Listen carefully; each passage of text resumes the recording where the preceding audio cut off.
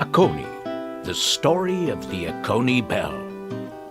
It's a simple but beautiful little flower that blooms a few weeks every spring.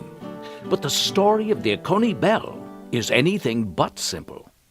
It is the plant that was discovered by a man who didn't name it, named for a man who never saw it, by a man who couldn't find it.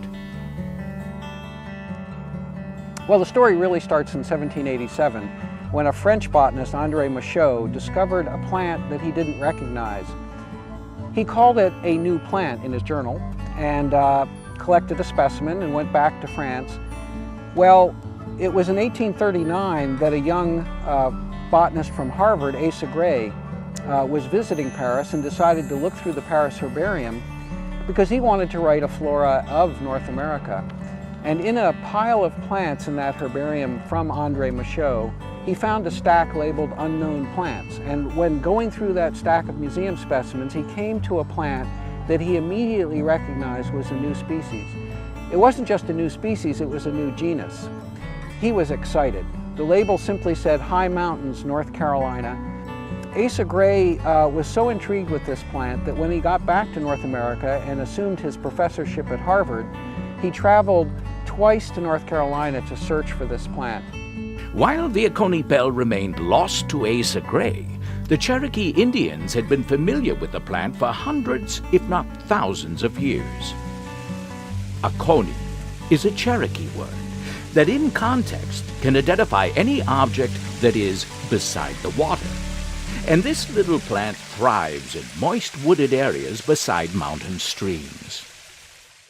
It would be 1879 before George Himes, the 17-year-old son of a botanist from Statesville, North Carolina, would find what we know today as Oconee bells.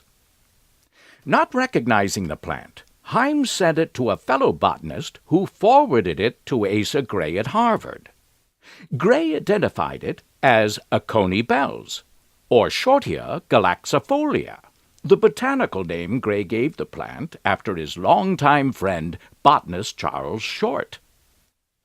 Over the years, there was discussion and dissension among botanists as to where Michaux had collected that first specimen.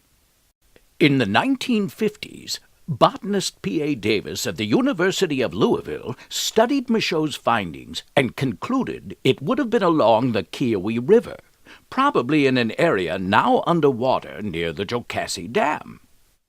In the 1980s, Clemson botanists Robert Zahner and Stephen Jones investigated this issue and agreed with Davis's findings. Today, the United States Department of Agriculture documents that Oconee bells grow on the banks of streams in 5 southern states, 3 counties in Tennessee and South Carolina, 2 counties in North Carolina, and 1 each in Georgia and Virginia. The locations of Oconee bells are very similar to the ancient Cherokee homeland of years gone by.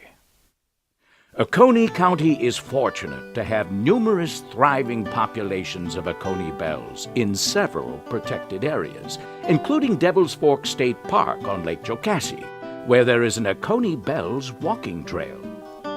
The Oconee bell is not a suitable plant for most home gardeners and should never be collected from the wild.